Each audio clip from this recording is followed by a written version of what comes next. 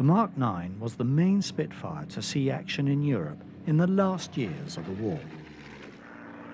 The Mark IX played a critical role in establishing the Allies' air superiority over Europe prior to the arrival in service of the American-built Mustangs, Thunderbolts and Lightnings.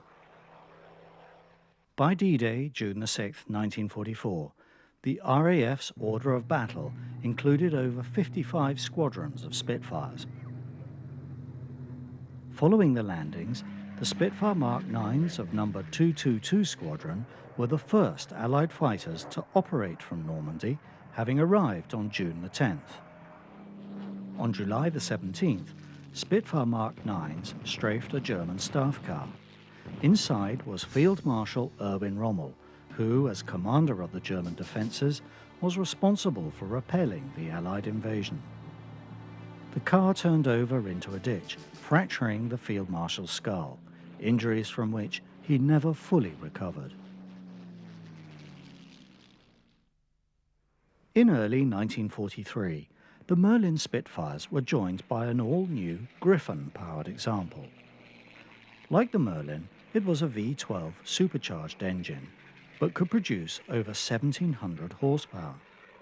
The Griffon made the Spitfire 3 foot longer, and the nose had to have two large bulges above the exhaust ports to accommodate the cylinder blocks of the new engine.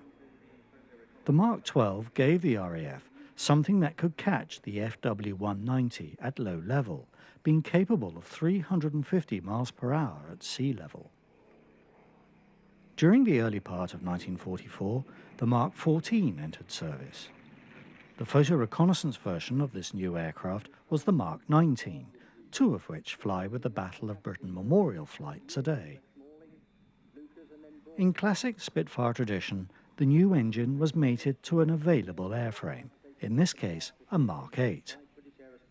In order to absorb the greater power, a 5-bladed prop was introduced.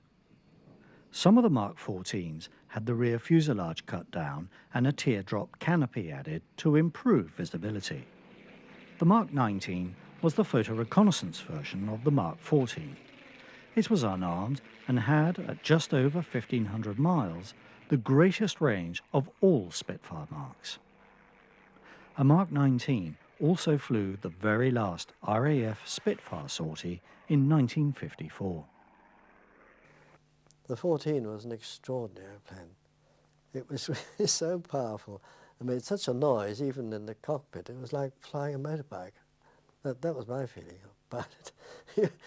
You were certainly one with the airplane, and when you pushed the foot, really, you were moved. It was great. But it had this even worse problems with the effect on the controls.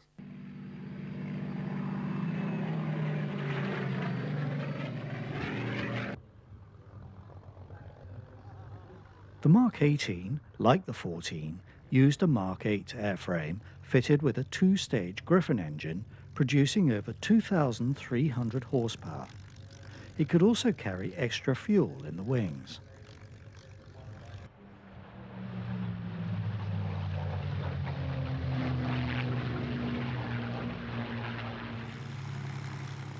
The 20 series Spitfires, although superficially similar, were in fact a major rebuild of the design.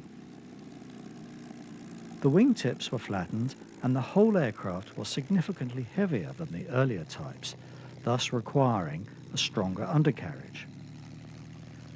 Although the Griffon 61 or 64 driving a 5-bladed prop was the normal power plant, some were also fitted with the Griffon 85, which drove two contra-rotating 3-bladed props. The Mark 21 and 22 were nearly 100 miles an hour faster than the original Mark I. Such was the pace of development.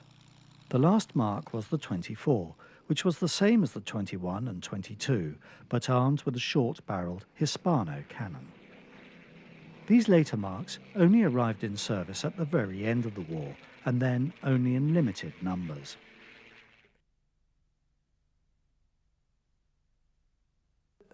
In respect of the development of the Spitfire, as I think I've already said, I think Mitchell's Spitfire disappeared after the Mark 9, I flew the 14, the 16, the 19, the 22. I mean, and those later Spitfires were not really Spitfires. But the world was moving into the jet age. The Spitfire's days were numbered. But development of the Spitfire and Seafire continued to the point where they warranted new names, the Spiteful and Seafang. Few of either made it into the air, although the straight laminar flow wings did find their way onto Supermarine's first jet fighter, the Attacker.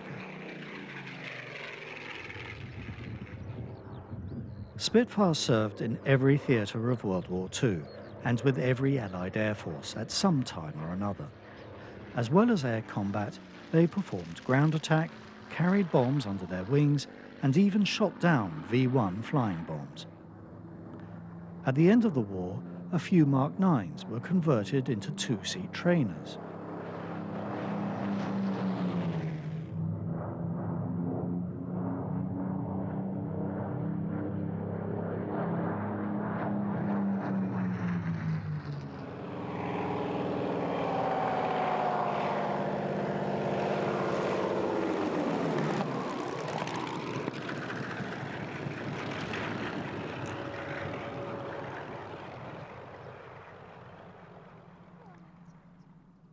Actual production ceased on the 20th of February 1948, by which time some 20,351 Spitfires and 2,408 Seafires had been built.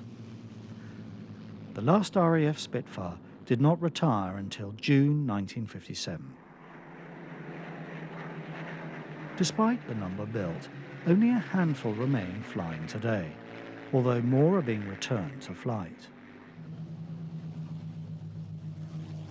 We end this program with a fine display by 3 Spitfires over Biggin Hill. The aircraft are a Mark 9, 16 and 18. They are joined by a Corsair, from which we filmed the spectacular display of precision formation flying. The sound of the Merlin and the even rarer Griffon is an evocative song as it powers the beautiful lines of these most elegant of aircraft through the sky, transporting us back to the summer of 1940, when everything hung in the balance. Even in the 21st century, its name remains a powerful reminder of arguably Britain's finest hour, the Spitfire.